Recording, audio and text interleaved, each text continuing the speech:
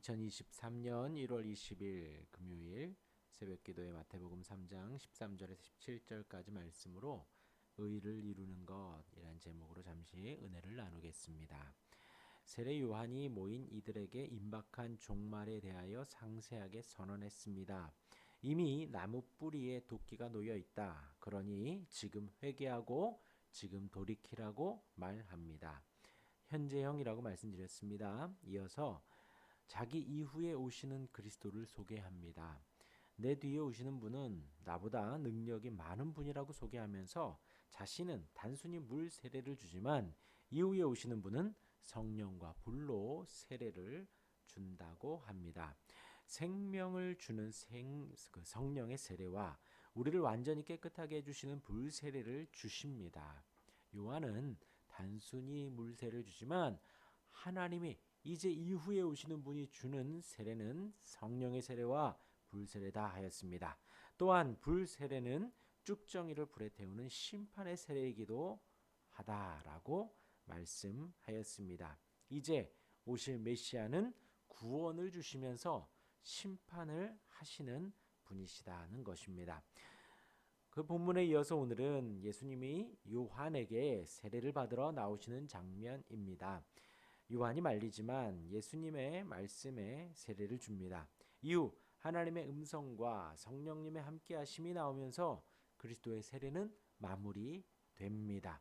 오늘 이 본문에서 세 가지를 보려고 합니다. 첫 번째는 세례를 받으러 나오신 예수님, 그 예수님에 이어서 두 번째 세례를 받으시는 목적에 대하여서 요한과 예수님이 대화를 합니다. 마지막으로 세례를 받으신 결과로 나눌 수 있습니다. 오늘 첫 번째 세례를 받으러 나오신 예수님에 대하여서 잠시 말씀을 드리겠습니다. 이 본문에서 예수님이 갈릴리에서 나사렛에서 이 요단강까지 이르게 됩니다. 13절에서 이때 예수께서 갈릴리로부터 요단강에 이르러 요한에게 세례를 받으려 하시니 합니다. 예수님께서 처음으로 이야기의 능동적인 주체로 등장하는 장면입니다. 이제 마태복음 3장에서 그렇게 나온다 말씀드린 것입니다.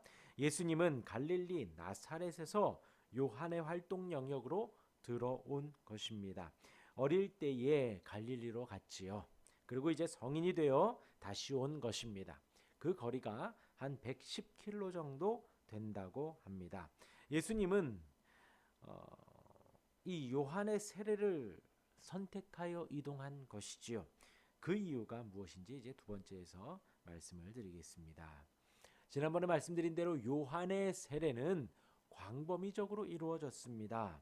그리고 반복적이고 정기적이다 하였습니다. 그 소문이 온 지역에 퍼졌지요. 그 요한의 세례의 사람들이 팔레스타인 남부와 베레아에서 옵니다. 예수님은 그 무리들 사이에 끼어서 요한에게 세례를 받으려 하신 것입니다. 하나님의 뜻을 이루기 위해 먼 길을 온 것이지요.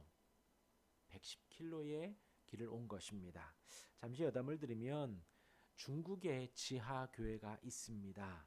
그곳에 선교사나 외부의 목회자가 와서 강의나 설교를 한다 치면 주변에 3시간, 4시간을 마다 않고 와서 예배합니다. 그리고 그 예배는 2시간, 3시간 계속 이어지며 기쁨의 예배가 되고 감격의 예배가 되고 말씀을 듣는 은혜의 예배가 된다고 하는 것이지요. 이제 예수님이 어떤 목적을 이루시기 위하여서 요한에게 110km나 떨어진 곳으로 와서 세례를 받습니다. 능동적으로 움직이셔서 그 자리에 이르신 것이지요.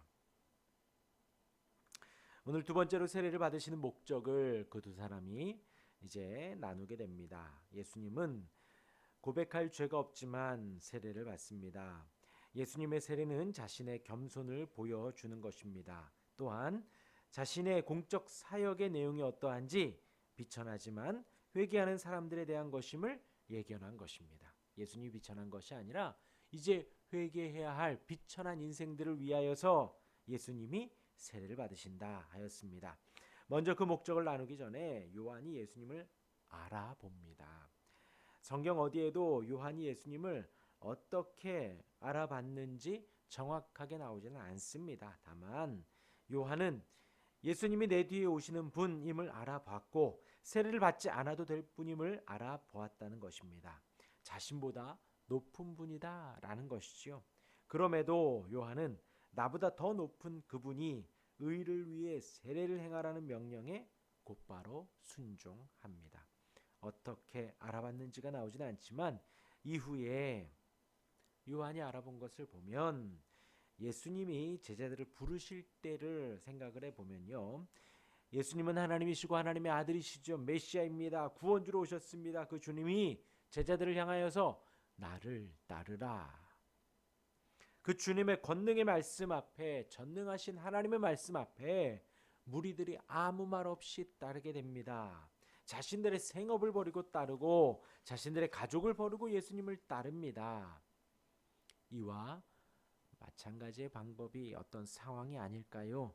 요한도 이제 자신에게로 나온 예수님의 모습을 보고 내 뒤에 오시는 더 능력 있는 분, 성령과 불로 세례를 주실 분이라고 한눈에 알아보았다라는 것이죠. 그렇게 예수님을 보니 이 다음 대화가 되는 것입니다. 내가 당신에게 세례를 받아야 할 터인데 당신이 내게로 오시나이까. 이에 대하여 예수님 말씀하십니다. 우리가 이와 같이 하여 모든 의를 이루는 것이 합당하니라. 곧 예수님은 나보다 높은 분인데 내가 어떻게 세례를 줍니까? 예수님은 세례가 필요 없으신데 어떻게 세례를 줄 수 있습니까? 하는 것입니다. 자, 여기서 우리가 생각해 볼 수 있지요. 왜 예수님이 요한에게 세례를 받아야 할까 합니다. 예수님은 단순히 소극적으로 자신의 죄를 회개하기 위하여 거기 모인 무리들 군중들과 같이 세례를 받으신 것이 아니지요. 곧 예수님 말씀하신 대로 모든 의를 이루시기 위하여서 적극적인 목적으로 세례를 받으신 것입니다. 예수님은 백성의 죄를 대신 짊어지시는 분으로서 예수님은 모든 의를 이루시기 위해 세례를 받으셔야 한다는 것입니다. 하나님의 선한 뜻이지요. 그 뜻은 하나님이 메시아를 보내 택한 백성들을 구원하시려는 큰 뜻입니다. 그 의를 이루시기 위해 예수님이 자신을 백성들과 동일시한 것입니다.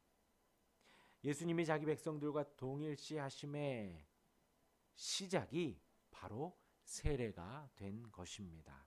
후에 그의 고난과 죽음이 들어 있습니다. 모든 의를 이루시기 위해 하나님의 그 선한 뜻을 이루시기 위해 백성들을 구원하시기 위해 오는 그 모든 의를 이루시기 위해 성자 하나님이 감내하시고 요한에게 세례를 받으시는 것입니다. 예수님은 요한에게 세례를 받으심으로 하나님께서 예언하시고 이루어 가시고 앞으로 기대하시는 그 그리스도의 구원 사역을 성취하시는 그 시작점에 있다라는 것입니다. 그렇게 예수님의 세례의 목적을 말씀드립니다. 뜻을 이루기 위한, 죄가 없으시지만 하나님의 뜻을 이루시기 위한 세례였다라는 것. 그 가운데 이제 예수님의 세례를 받은 후 그 결과를 살펴보겠습니다.